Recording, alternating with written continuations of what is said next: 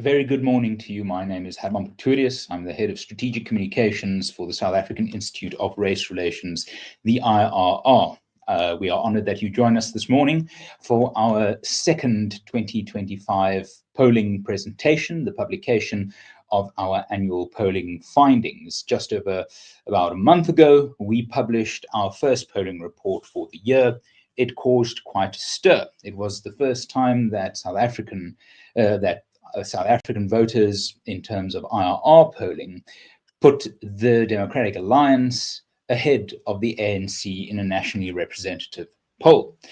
Now, that poll was conducted towards the end of March and April this year, the end of March, beginning of April this year, at the time of a rather intense national debate about the budget, the national budget, and particularly the question of VAT and whether it should be raised.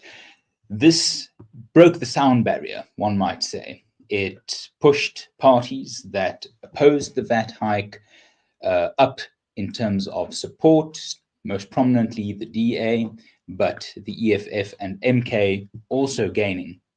And it pushed parties in favor, or perceived to be in favor, of a VAT increase like the ANC, the Inkatha Freedom Party, and the Patriotic Alliance down. Today, however, within the context of those political findings, we move on to the next important topic. We move on to what South Africans consider in terms of policy priority. And if we bring the presentation up, we can start looking into those numbers. We start with an overall look at the methodology. We will then move on to some key findings, then analysis of key policies, and ultimately conclusions. So moving on to methodology. We will be looking at this rather briefly because in the previous webinar I hosted, we did go into some detail on the issue, but I'm more than willing to answer questions in the Q&A session that will follow this presentation. So the essentials of the survey: it was conducted between the 27th of March to the 3rd of April with a nationally representative sample of 807. As stated previously, we often get a lot of questions about sample size. Can one truly, from a sample of 807, extrapolate the opinions of a registered voting population of about 27 million? That is a fair question, but it is a question that can be answered best by giving an overview of what our methodology is and what polling is and isn't. The example I used last time, I will use again this time, and that is of the pizza slice. You don't need to eat an entire pizza to know what it tastes like.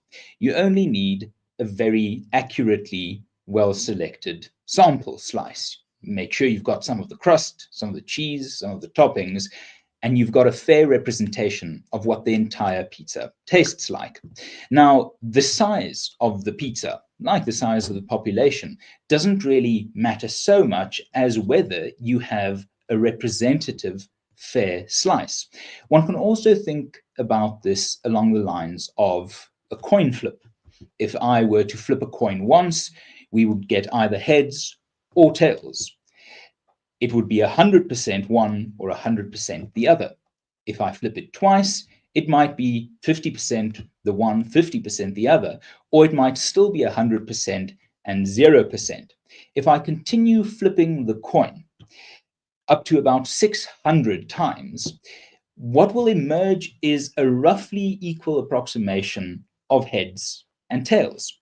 If I flip it then 700 times, that rough proportion of heads versus tails, statistically speaking, due to the central limit theorem, won't deviate much from the 600 sample finding. We can take those coin flips up to 10,000, 27 million, but at the end of the day, there comes a point where sample size only takes you so far. It is global best practice to have a sample of between 600 and 1,200 participants in a nationally representative sample.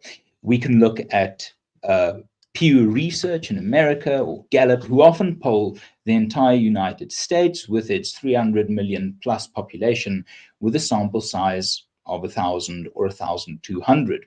What should be taken away from this is that sample isn't the entire game. Once you reach a point of sufficient sample size, what matters then is your methodology. And that is perhaps what we can look into now. And I'll go briefly through these next few slides. We took this nationally representative sample with a questionnaire that was fairly designed. It was structured so that the questions are grouped thematically, and it was also worded neutrally to ensure that we don't bias our respondents. For example, we simply asked, if an election were to be held today, which party would you vote for? It is the most neutral possible wording of the questions that usually give the best answers, and we try to stick to that standard. Where necessary, we included follow-up questions to make sure that we understand what respondents were telling us. Moving on to the next slide, we can delve deeper into actually our sample and why the sample can be representative, because we weighted it by data. We look at census data, voters' roll data, and we make sure that the sample we have is in and of itself representative of age, gender, provincial and residential differences, but also then weighted further to ensure that we get that representative slice of the pizza. Moving on, we can then look at what our sample comprised of in the provincial sense. We can see here on the screen that 23.5% of our respondents were from Gauteng, 19% from KwaZulu-Natal, the Eastern Cape 12.5%, Limpopo 12.1%, the Western Cape 10.7%, and so on. As you can see, these numbers broadly reflect the voters' distribution across these provinces. Moving on, we can also then look into further dimensions of ensuring we have an accurate sample. In our sample, 37.1% of respondents were inhabitants of tribal land, 30.3% of respondents were inhabitants of township areas, 18% of suburbs, 6.7% in informal settlements outside of townships, CBD districts 6.4%, commercial farms 1.4%, and small holdings 0.1%. We can then look further to what other demographic measurements we can take, primarily, of course, things like age. We see here a skewing of older respondents that reflects the skewing of older registered voters as a general rule. But I won't stay on this slide for too long, and we can move on to make sure we cover our bases. Of course, in a country with 11 official languages, it is important to make sure that we get the representation of these languages in our sample right, and we are fairly confident we have managed that. 22% of our respondents were isiZulu speakers, 18.9% isiXhosa, 12.4% Afrikaans, 12.2% Sesotho, English 10.5%, with the remaining languages comprising the remaining 24%. We can then move on further to make sure we get a socioeconomic reflection of the country as a whole. We divided our respondents into 4 income categories, and we gave them the option to choose not to disclose their income. And we get the breakdown on your screen currently. Then we can move on further, and we can see that these methodological points undergird a solid understanding of international best survey practice, making our key findings ones that we have fair and reasonable confidence in. What are these key findings? Firstly, it is the finding that job creation remains the top national priority. This has been the case for several years in terms of IRR opinion polling. So it is no surprise that job creation remains the top priority, and we will be looking further into that finding in some detail in the presentation. Our second key finding is that merit trumps race when we look at what South Africans want from appointments to jobs. A strong majority of 84% of South African registered voters support a form of merit-based appointments to all jobs. Now, this figure combines two categories, 30.5% being those who favor merit-only appointments, and 53.5% of those who favor a merit-based system complemented by special training for people from previously disadvantaged groups. So it would be incorrect to walk away from this 84% pro-merit majority with the simplistic understanding that all South Africans are on the purely merit-based stance. They are not, but we do see a significant majority in favor of these two options that are merit-based. And we will be looking into that question in some depth in the presentation as well. Moving on to our next key findings, we see that value for money trumps race-based procurement targets. Briefly, one can consider this that the state not only spends money in terms of implementing policies or supporting initiatives, it also has operational costs that it needs to cover through procurement, whether it is stationery, uniforms, cleaning material, vehicles. The government, the state, must procure these things for it to be able to operate. In South Africa, we sit in a situation where procurement is essentially, to many possibilities, based on racial considerations, where suppliers are marked high for their Black economic empowerment scores, and the question of value for money is placed in a very much secondary consideration role. South Africans oppose this. By a large majority of 81.7%, South Africans want the state to buy from the best priced supplier. Again, this is a composite figure that combines two groups of people in our polling: those who value a purely or who prefer a purely value for money procurement approach, 54.1%, and those who support value for money procurement, but with racial considerations acting as tiebreakers when two companies or providers or suppliers offer equal value for money. 27.6% of South African voters support that position. Taken together, we get to an 81.7% majority.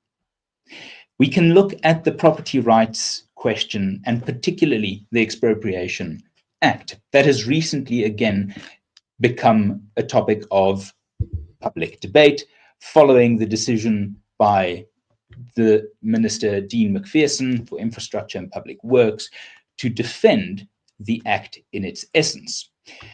However, most South Africans, 68.1%, oppose the Expropriation Act signed into law earlier this year.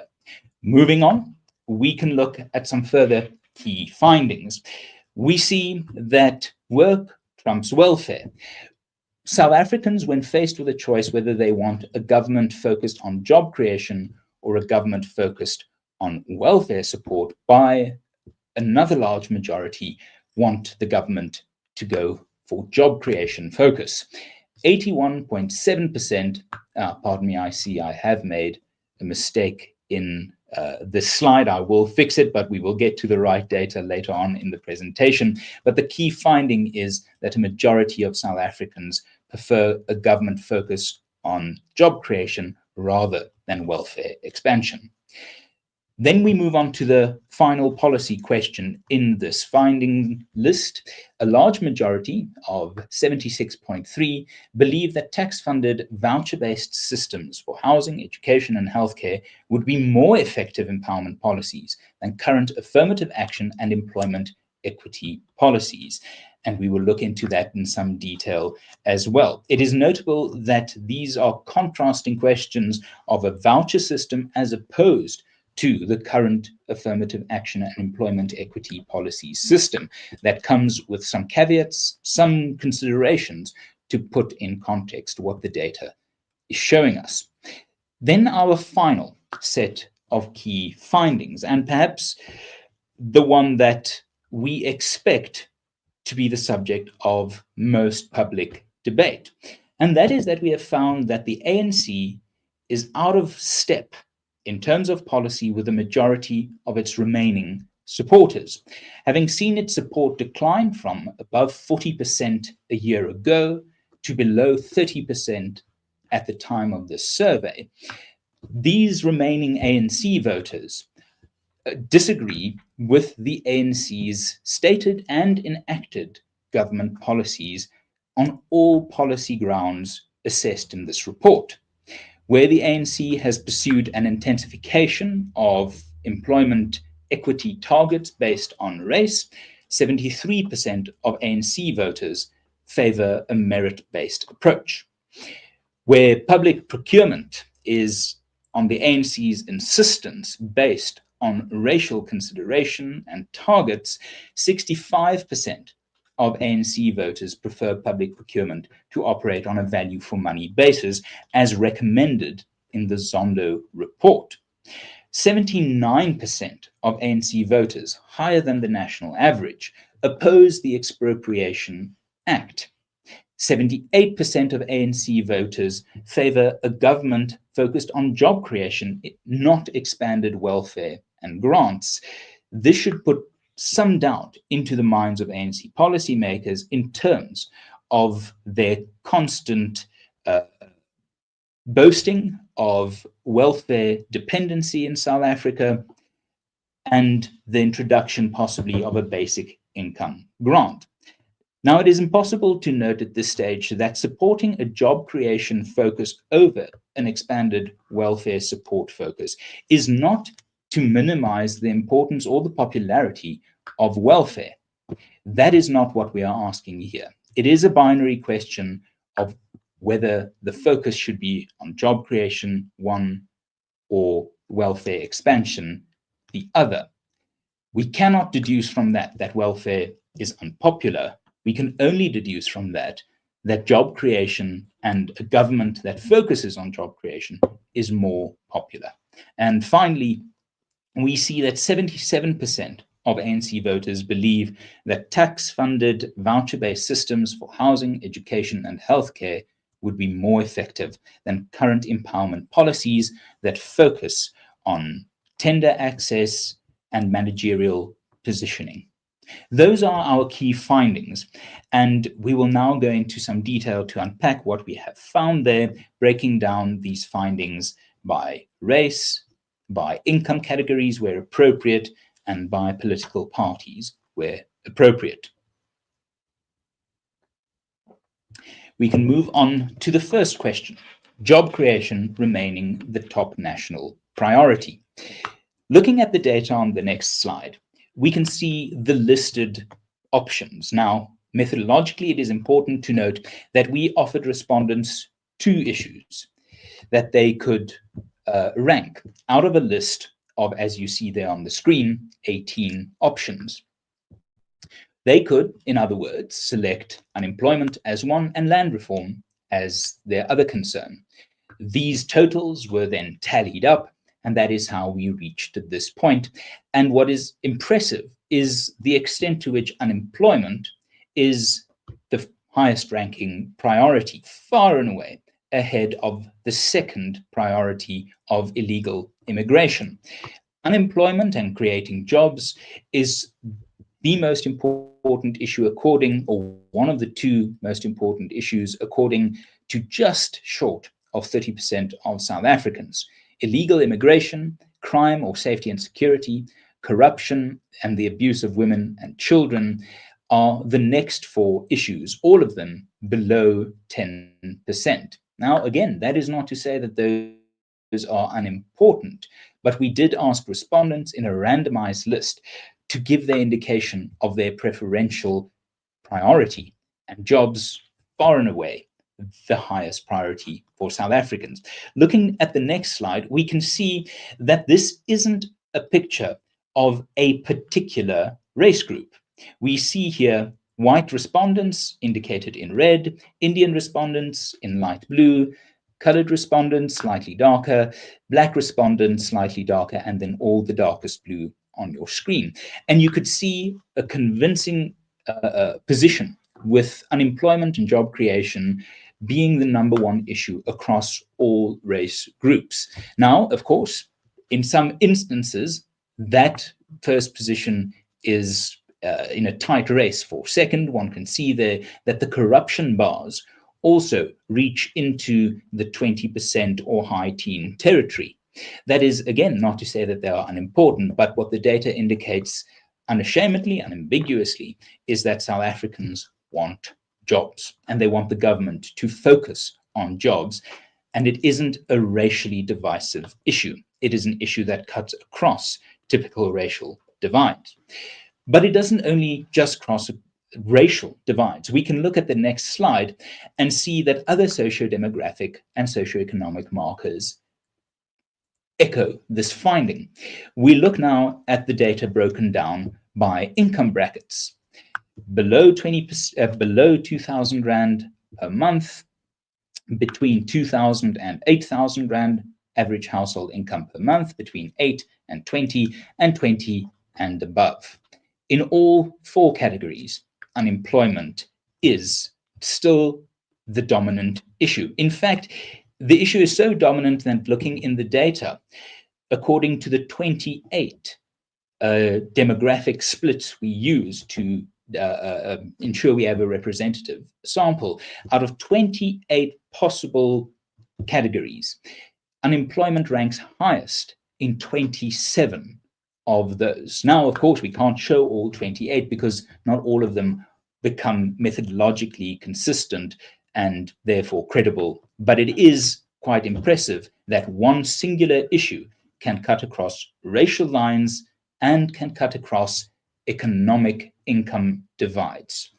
But it is not just cutting across racial lines. It's not just cutting across income. We can also look at the next slide to see that on the basis of race, pardon me, I think did we go to the correct slide, Talia? Let's go one on. I see there, I made a mistake there, but the reality is for all political parties, unemployment and job creation is also the top ranking issue. I do apologize for any mistakes in the presentation. These mistakes are not repeated in the report, I can assure you, and we will fix accordingly. So what are the key takeaways in terms of national priorities? Job creation remains the dominant voter concern, topping every racial group and every party base. And it is instructive for the ANC to understand that even amongst its voters, typical issues that it has spent political capital on, like race relations, racism, land reform, inequality, the NHI, these do not register highly either in the national picture or amongst ANC voters. The credibility issue of the ANC is problematic when it comes to this high-ranking issue, which the ANC has lost reputational force on since 2004, when amidst a growing economy and unemployment inching downwards, the ANC won just short of 70% of the vote. Contrast that to last year's elections, and it is clear that the unemployment picture is what negatively led to many voters making the decision to either not vote at all or not support the ANC as they might have done in the past. Fundamentally, the ANC risks spending political capital and accelerating a priorities disconnect with its own voting base, compromising its remaining supporters. We can then move on to the next slide. We see further national takeaways from national priorities. Unemployment is what one could consider a valence issue. Voters are likely to judge parties by the competence they associate with job delivery. In that sense, it would be crystal clear for voters whether a party is promising and having a big game talk on job creation, yet failing to deliver. The VAT hike clearly triggered political backlash to the parties that supported it. But this did not come out of the blue. It is clear that the unemployment crisis that has developed over successive years, whilst South Africans persistently considered jobs the number one priority, was contributory to the fact that the ANC now sits below 30% of the vote. All parties that fail on jobs risk losing their own base, because whether it's the EFF, the ANC, MK, or the DA, all these voters consider jobs the number one priority. That means political strategy must now center on credible employment delivery.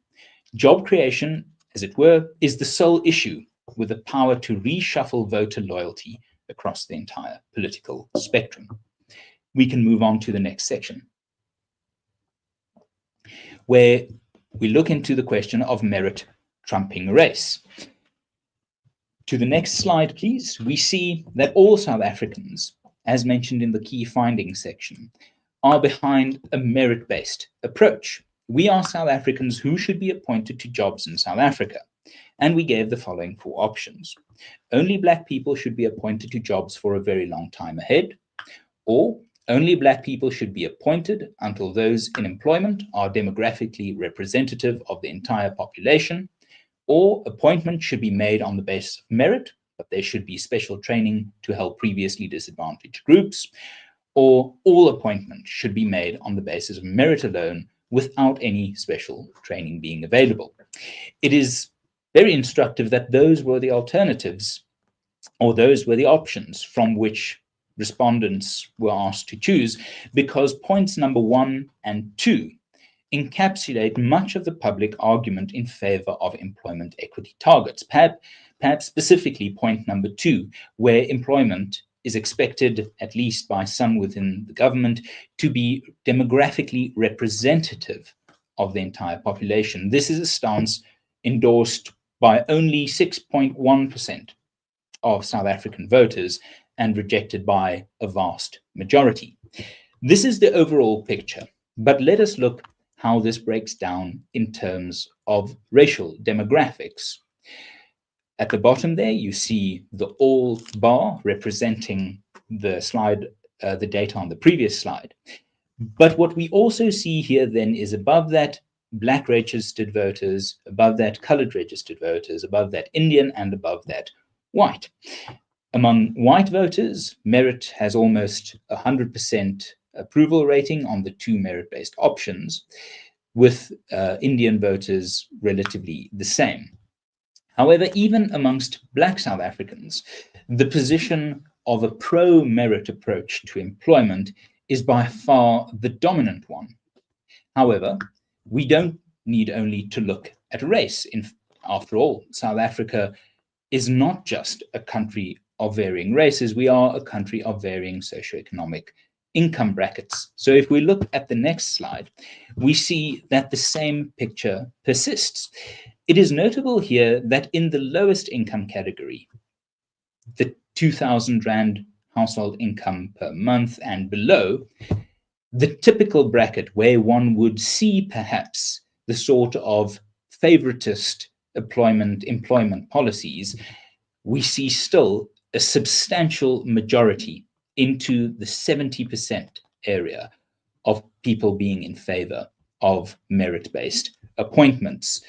So we do not see a racial divide on whether South Africans should be appointed with merit as the primary consideration, and we do not see an income divide. In fact, we see a remarkable level of stability. Moving on to the next slide then, we see a further amplification on party political grounds, where all four major parties included here, because their subsample sets were of sufficient numerical value to measure, indicate a majority in favor of merit-based appointments. Let's move on to the next slide. What does this mean?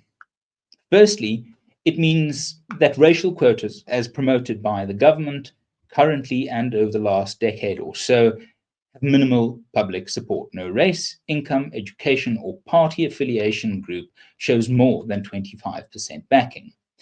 Only 1 in 5 ANC voters support race-based hiring, this despite the ANC doubling down on employment equity targets quite recently, expending precious political capital on an issue that seems not even to motivate their own base. Voters strongly prefer merit-based hiring, skills and competence being preferred over racial targets or set-asides.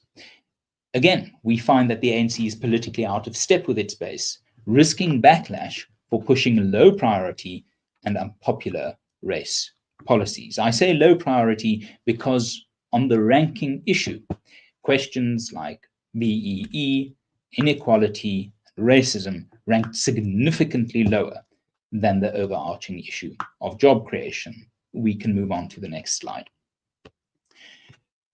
where the further issue is that of value for money in procurement. And let's delve into that on the next slide as well. Again, by race, we divide the responses to the question that was put as follows. The government spends over R1 trillion per year buying goods and services. How should it decide who to buy from? The options provided were the government should buy on a value for money basis, making sure to buy the best product from any company at the best price without overpaying. Or the government should buy more from Black-owned companies, even if it means paying more and getting less value for the same money.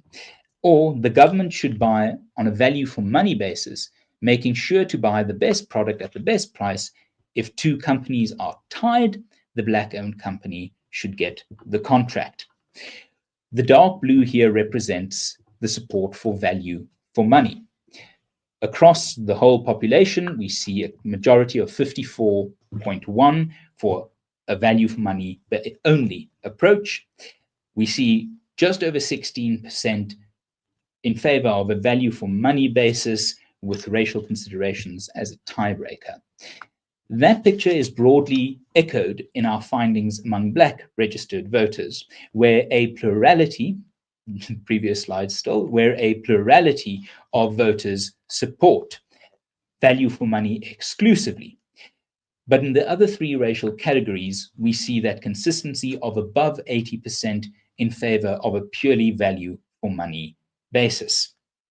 We can then move on to the next slide. Not only do we see this again as an issue that has broad support across the races, we see value for money spending dominating amongst all income levels as well. Even in the lowest income level, 30.2% of respondents indicate that a purely value for money basis should be followed. That is complemented by more than 60% endorsing the qualified value for money position, where value for money is the primary consideration, but in the event of a value for money tie, as it were, between 2 suppliers, the racial considerations of the Black-owned company means a preferential outcome there. So even in the poorest income bracket, where one might expect, again, as in the previous question, some sympathy for a redistributive and sort of social engineering economic approach, we do not see that. In fact, we see the consistency of strong support for value for money with some qualified support for a compromise position in the event of ties. Moving on from income levels, we can also then see what this looks like at a party political level. The DA, perhaps expectedly, by far the most supportive of value for money only, with more than 72% endorsing that position. But it is interesting that the EFF, with perhaps the most potent rhetoric over the years based on BEE empowerment through procurement, they find a slim majority in favor of merit. Yet the EFF seems to be more closely divided, with at least 46% indicating that the issue of race should be included. Then we see the ANC, again, in the minority view amongst its supporters, the light blue to the far right and the dark blue to the far left, combining together to give a clear majority of endorsement for value for money based procurement. We can move on. So what are the key takeaways on the value for money issue? Voters see procurement as a tool for value and delivery, not racial engineering or redistribution. In an almost 2-to-1 ratio, ANC voters oppose ANC policy on the idea of racially preferential procurement. The ANC's commitment to racial targets means that it is yet another indication of a party falling out of step with its own supporters. The public want cost-efficient, corruption-free procurement that frees up resources for job creation. A party linking job creation to value for money procurement will likely capture broad public support on the issue of these policies and where they intersect. Moving on, we can see the property rights question becoming relatively important these last few months, having simmered in importance over the last 10 years with talk of the Expropriation Act, and before that, amending the Constitution. So looking into the numbers here on the next slide, we find again that South Africans are not on the side of current government policy. We asked, do you support or oppose the current Expropriation Act, which allows the government to take property without paying the owner compensation in some cases, has recently passed in law?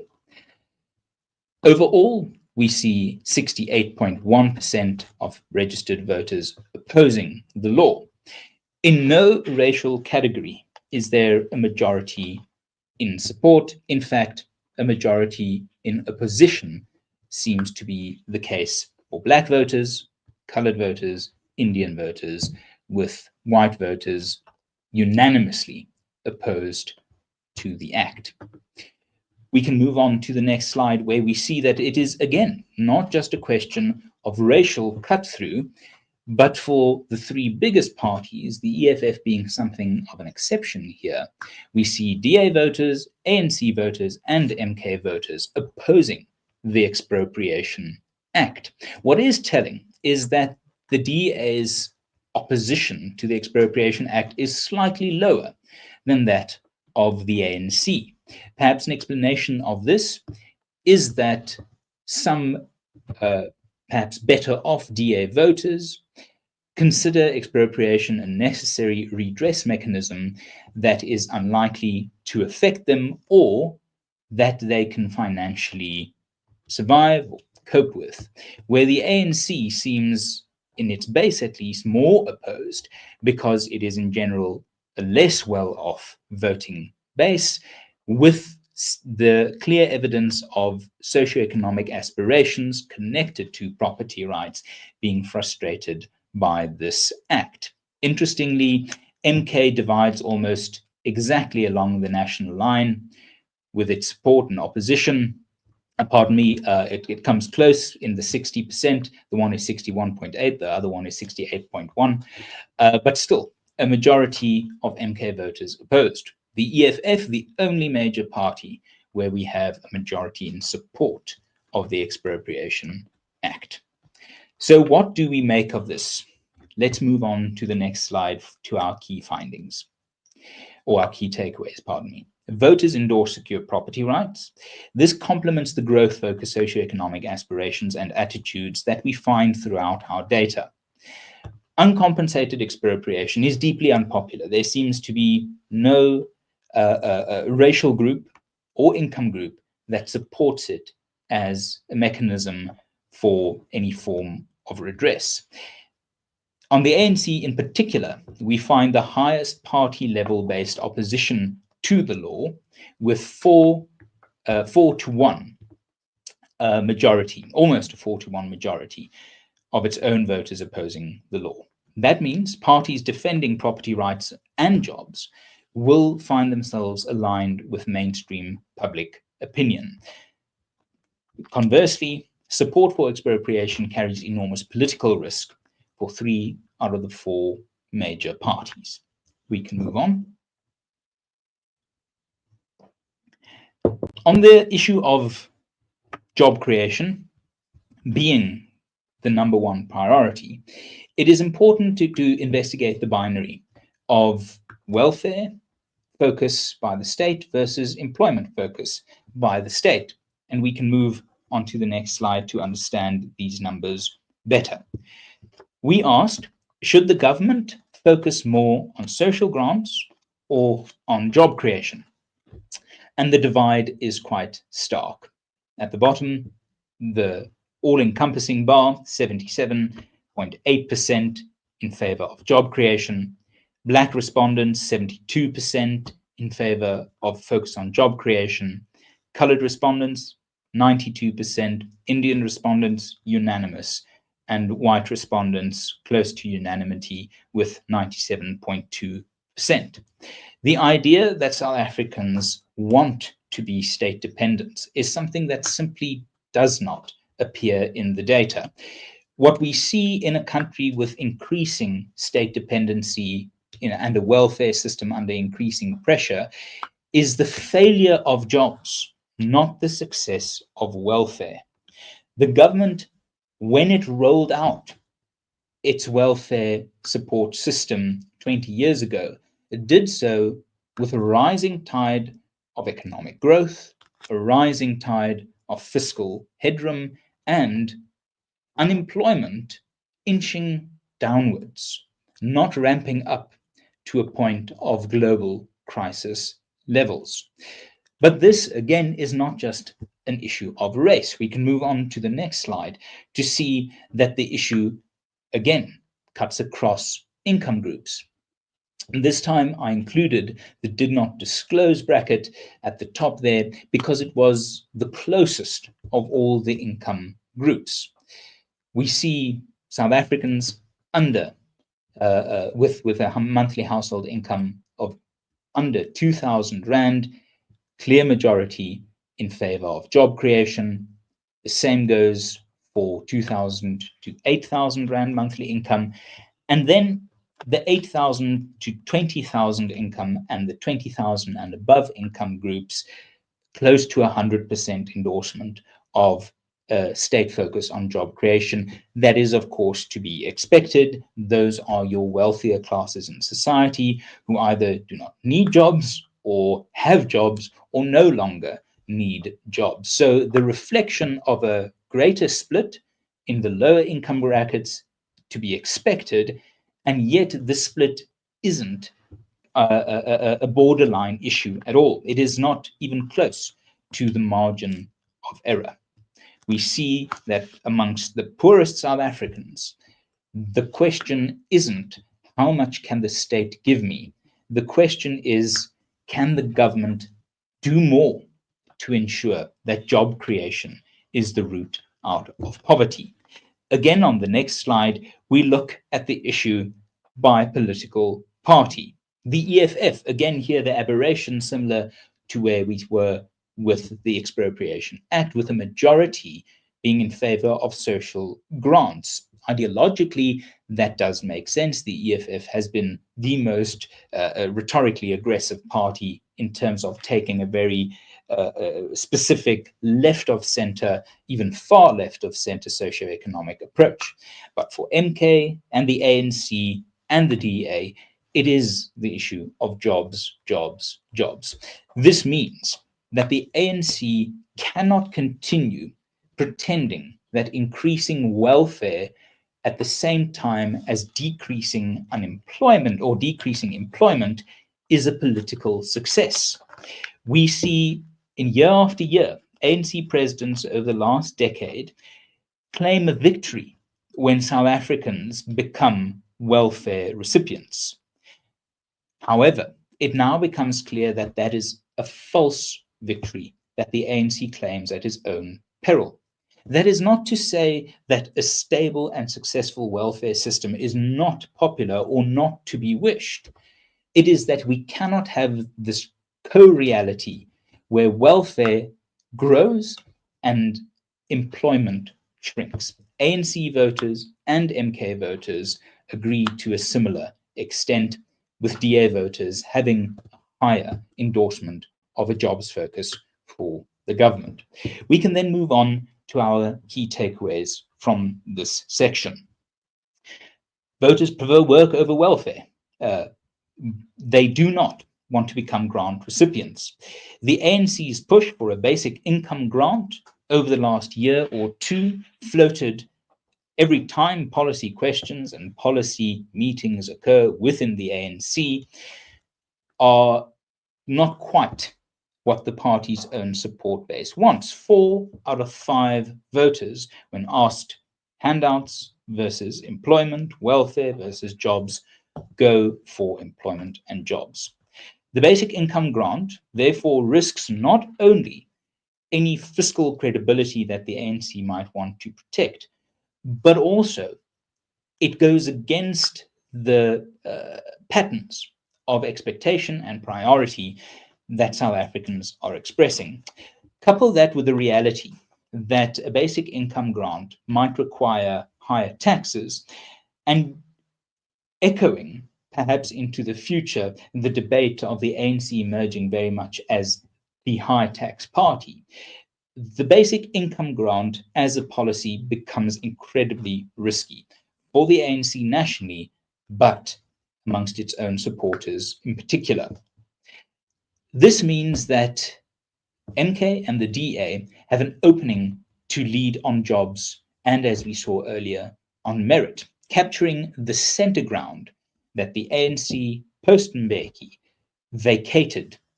And we see that therein lies political opportunity for those parties and political risk for the ANC. Moving along, we come to the choice of state-controlled empowerment versus choice. We can go to the next slide. And here we asked a relatively long question, but it was worded as clearly as we could ensure. In your opinion, would tax-funded vouchers for schooling, healthcare, and housing be more effective in helping you to get ahead than current affirmative action and BEE policies, which focus on management posts, ownership deals, and preferential tenders? This is an important question because the perception of affirmative action and BEE policies often misses the fact that these policies do in fact focus on management posts, ownership deals, and preferential tenders, socioeconomic objectives that ordinary South Africans left in poverty by the apartheid government and the transition having not yet meant the type of economic upward mobility they wanted to see. Management posts, ownership deals, and preferential tenders are beyond the economic realities of most South Africans, especially those in the direst poverty.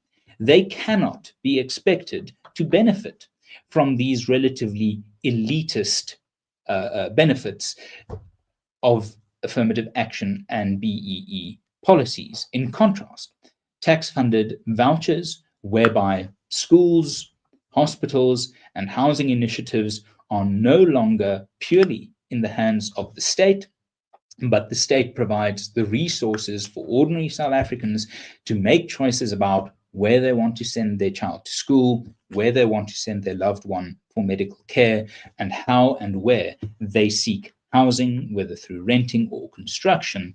These policies are very much the antithesis of the affirmative action BEE policies currently in force.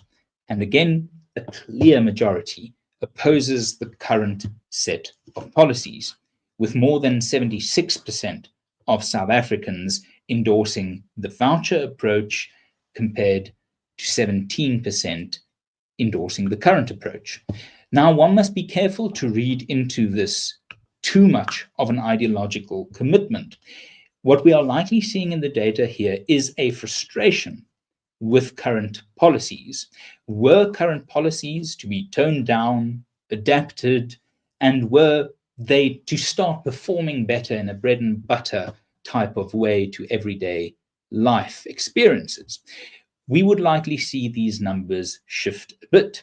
We shouldn't see a libertarian endorsement of tax-funded vouchers in the data, but we do see a clear frustration with the status quo, and we see evidence that the state control approach is associated with a failed approach, and that anything else might be an improvement, but perhaps particularly the idea of rechanneling employment, rechanneling state revenue to a point of individual application, cutting out your risks of misallocation of resources and the indignity of being subject to what the state might sometimes deign to provide in terms of education, healthcare, and housing.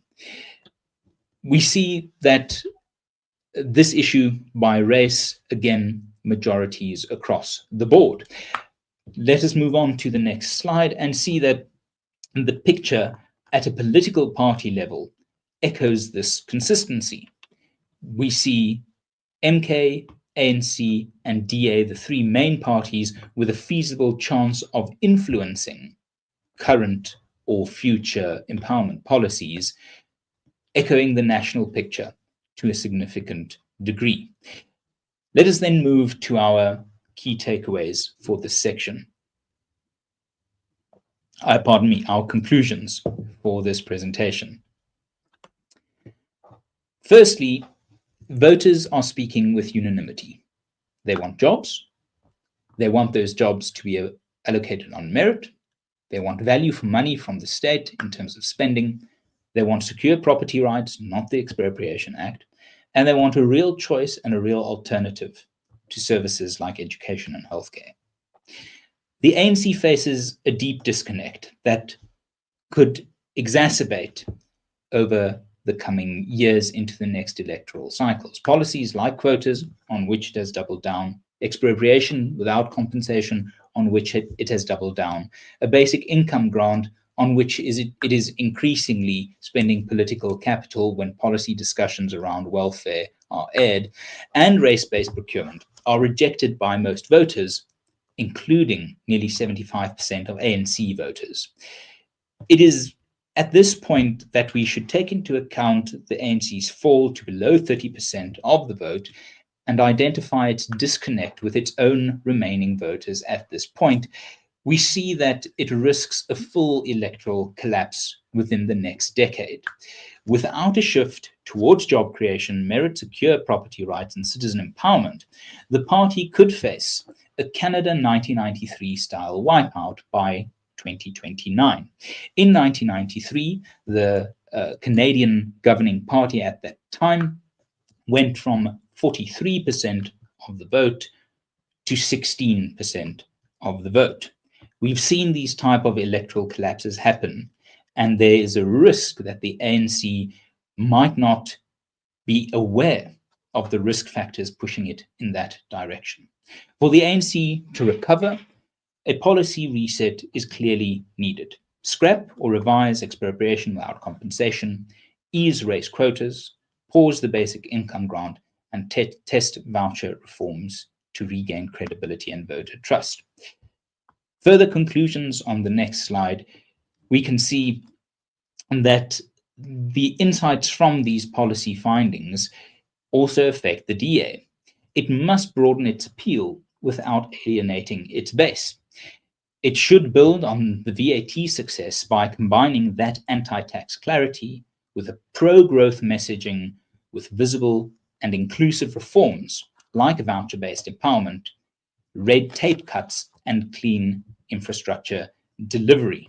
The risk for the DA is that the VAT issue was an aberration of clear agreement across its typical voting base in the middle class, amongst minorities, and South Africans who might perhaps usually see the DA as catering to a socioeconomic demographic that is not them. That is why the VAT issue was so powerful for the DA, because there was no way of indicating that the middle class or below or above had differing opinions on VAT. However, when it comes to job creation, when it comes to inclusive reforms, there is a risk for the party to be seen as socioeconomically defensive rather than socioeconomically inclusive. MK must avoid a populist overreach. Voters might at this stage and at last year's elections have backed Jacob Zuma's anti-elite message, but taking the populism too far by endorsing expropriation without compensation or going the route of racial quotas risks taking MK out of a functional or constructive or sustainable populist message, because its own voters seem to have some non-populist instincts, even if those instincts manifested due to frustration with the status quo. MK's survival, therefore, depends on aligning its populist insurgent charisma with a form of a pro-ownership, merit-based, grassroots policy offering that can appeal to those voters who are open to the type of politics offered by MK, but who find themselves clearly in what one could consider the moderate middle of South Africans. Policymakers have a clear path. They must repeal damaging race laws, reform procurement, protect property rights, pilot choice-based empowerment, and invest in infrastructure to lower business costs. Therein lies the policy consensus. If we go on to the next slide of conclusions, we see that political power isn't the only power at play. Business, labor, and civil society hold soft power. They should push for open hiring, value-led procurement, and openly advocate in all engagements for the pro-growth consensus that exists beyond racial lines, beyond income divides, beyond political divides. Citizens are, however, the ultimate enforcers.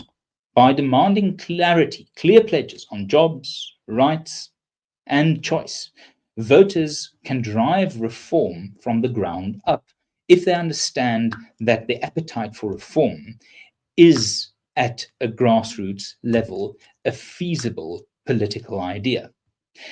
Fundamentally, South Africa stands at a turning point. A cross-racial, cross-party consensus exists for a pro-growth future. Embracing it offers stability, investment, and renewal. However, rejecting it invites stagnation and electoral disaster. I thank you. That is the end of my presentation. I would like to take a few questions. I see our time is limited, but I would gladly take some questions from the comment section. Let us scroll here. I see a lot, many good mornings. I echo those sentiments, surely. Given the lack of service delivery and policy disagreement, what continues to motivate ANC voters? Is it perceived lack of viable alternatives? A very good question from Dylan. I would venture an answer to that question, as we could, I think, discern from the available data some insight, but we did not poll that exclusively. So we are here more in the realm of hopefully responsible extrapolation rather than data findings. From both IRR data and Social Research Foundation data and Brenthurst data and Ipsos data, it seems that the lack of alternatives are a real frustration to voters. Now, what I mean with that is not that political parties like the DA, MK, and EFF are not offering alternatives. It is that these alternatives are most likely offered in a way that simply does not register with undecided or swing voters. The VAT issue, I think, is a case in point where incredible clarity on a hot topic in a binary debate led to a fundamental shift of traditional voting patterns, with the DA seeing its support from Black voters go from 4-5% to 18%. So it is not only that there's lacking alternatives, there might be. It is that these alternatives have not been positioned in a binary bread and butter context for voters to understand the either or options. The problem for political parties is that they shouldn't try to outdo each other. We can see the DA and the EFF and MK with the VAT instance growing at the same time because of clarity on the same time. It is impossible for any party to be absolutely dominant across all spheres of South African society. But what was remarkable there was the clarity and the binary nature of the choice faced by South African voters at that time. So perhaps there are alternatives, but they haven't been made as concrete and as binary and oppositional, one or the other, as the VAT debate accomplished. And that is perhaps where the frustration lies, is that there is an abstraction of alternative rather than a moral 1-2 judgment of I like one, I don't like two, or I like two, I don't like one. An overabundance of choice, a complexity of argument often works, as consumer studies and marketing can show us, against voters making a decision. So the parties that can relive and reinvigorate and rejuvenate the moral, economic bread and butter clarity of the VAT moment on the issues of jobs, on procurement, on merit-based hiring, on property rights, those are the parties that will most likely succeed. We emphasize the importance of jobs for voters. Last week, we saw the DA run Western Cape with by far the lowest provincial unemployment rate in South Africa. Can the DA claim credit for that, and will it receive an electoral benefit? I think the DA can probably claim credit for that to a certain extent, but that is almost beside the point. I think perceptionally, South Africans will forgive them or will accept the argument that they are claiming credit for that. Now, whatever the actual socioeconomic realities on the ground might be, perception in politics is often reality. So the fact that the Western Cape and Cape Town are DA governments or have DA governments, and the fact that they have these employment numbers that stack up massively favorably to the rest of the country certainly gives the leeway for the DA to make that argument. Will they receive an electoral benefit?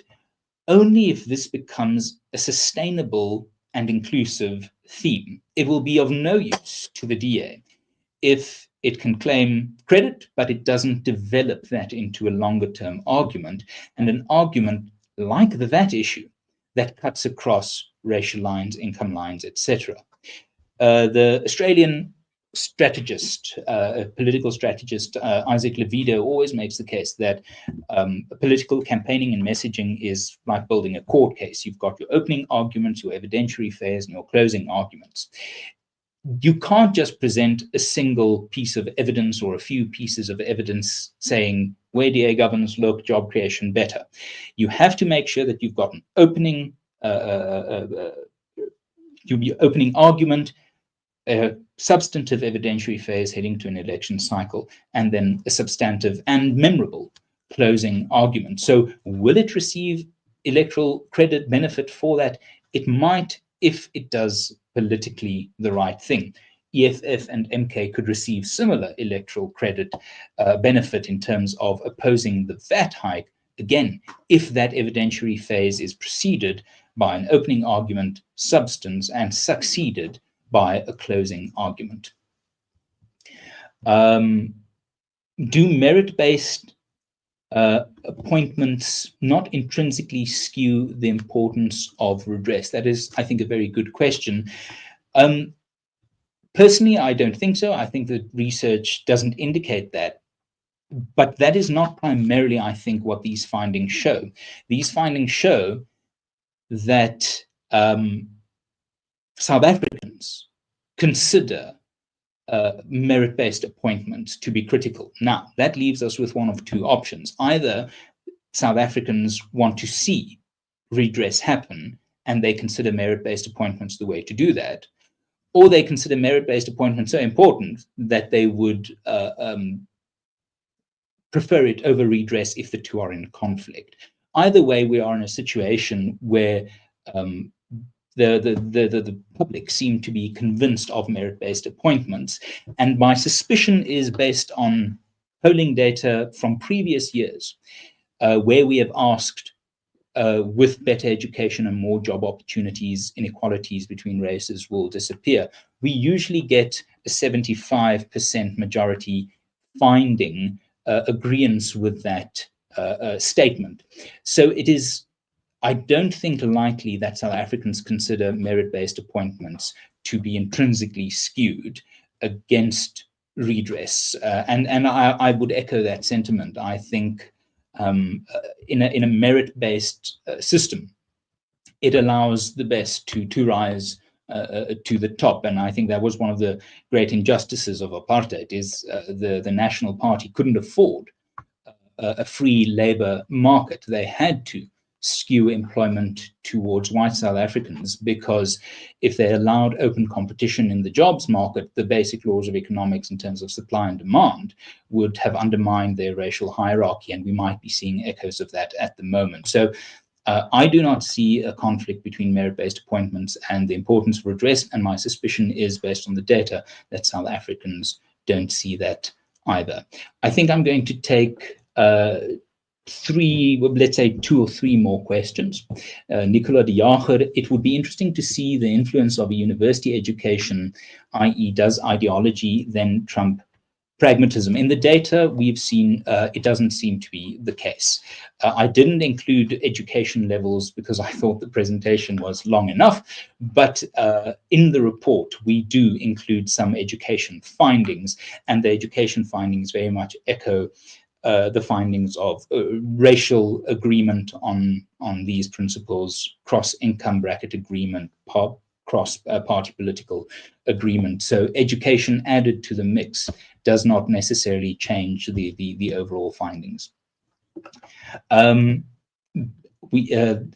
Second to last question, it is all very well to have these polls and statistics, but it doesn't seem that this information has any influence on the politicians sitting in parliament or those portfolio committees. Our government seem to be immune to their voters' problems. Well, I don't agree. I have never seen an ANC under this level of pressure, nor have I seen the DA under this level of pressure. These are two largest parties, and according to the IRR's polling, the two parties vying for first and second place. The pressure on them being in the GNU is immense, but the pressure on the ANC in particular, having gone from a 70% party to now a sub 30% party, that is a form of electoral pressure. Now, electoral pressure might be a slow pressure mechanism, but I can assure you it is a formidable one. So I do not think that we have to worry about no pressure or no influence. I think we have to just worry about the speed and rapidity. And that is what we at the IRR really try to do, is we try to influence government policy on a sort of case-by-case basis in real time. But what we realize is almost more important is going upstream from politics, because after the next election, there'll be a next election. And the next election after that, and the next election after that, those campaigns started yesterday. We can start looking at the context within which political parties contest elections, not just the parties themselves. For example, we've been through, I think, about 20 years of BEE being an unassailable policy position that is, to my mind, now changing. So we can change the space within which political parties operate. Even if that pace is slow, it is sustainable. So it really is an all of the above approach. Try to impact political parties where you can, your local councillor, your provincial representatives, nationally, but also make sure that these discussions create the political environment in which these political parties must compete. If voters are strict and strong enough on the context of the political debate, then parties will have to respond, because ultimately elections are shaped by those issues that voters think are important, not necessarily those issues that political parties think are important. I really want to take more questions. I think I'm going to take one more question from Catherine Ambrose. The ANC has policies which arise from extreme left views. Is it likely the other babies will shift? I'm not sure if babies is the word we wanted to go for, but let me assume babies and parties can be interchangeably used. Over time, you will see your Overton window of public debate shift in the direction of strong and sustained political forces. What is astonishing about these findings is the extent to which, despite an increasingly radically motivated left of center political momentum over these last 30 years, after I'd say 10 years of pragmatism and then 20 years of increasing ideological leftwards movement from the ANC, with EFF and MK latterly joining. What's remarkable is, despite these pressures, we still see what one could consider the moderate middle. We still see a country preferring employment over a welfare state in terms of a direct conflict between the two, were that to materialize. In polling from previous years, we've asked, where do jobs come from? Who are the best entities suited to create jobs across the board? The finding was that it was private business and enterprise. So what is remarkable is not the risk that we will see a leftward shift. It is that we haven't seen a leftward shift. It is that the South African population have remained stubbornly moderate, stubbornly pro-growth, and stubbornly non-racial in their convictions, despite the intensity of our political debate, even if we take the recent inflaming of the situation with the American relationship, those 49 South Africans who've left the country. So my worry wouldn't be too much that we might move leftwards in future. My worry would be that the rightwards move, well, the center move, I wouldn't put myself on the right typically, but the move towards the moderate center, where I think the common ground really lies, my worry is that that might not happen quickly enough, and that would be the consequence of ordinary citizens, business, civil organizations, society not applying pressure on the political environment to retreat from the leftist approach it has taken with NHI, expropriation without compensation, etc. My worry is that that might not be dragged to the center with enough alacrity, commitment, and dynamism. I wish we could go into further questions, but it has been my pleasure and my privilege to have you here today. Please go read the report, support the Institute. It is important that we have voices that speak up for the majority of South Africans who want to see this country succeed, who believe in what South Africa can be. These polls do not pay for themselves. They are freely accessible to members of the public because others are supporting us very generously through our Friends of the IRR campaign or our What SA Can Be initiative. Please, if today's information was useful to you, sign up, receive our information, receive our updates, and if you can, please support us and share the message around the Sunday dinner table. Let us break the taboo that politics, rugby, and religion can't be discussed civilly. With that, I want to thank you for your time. Have a lovely day further. God bless.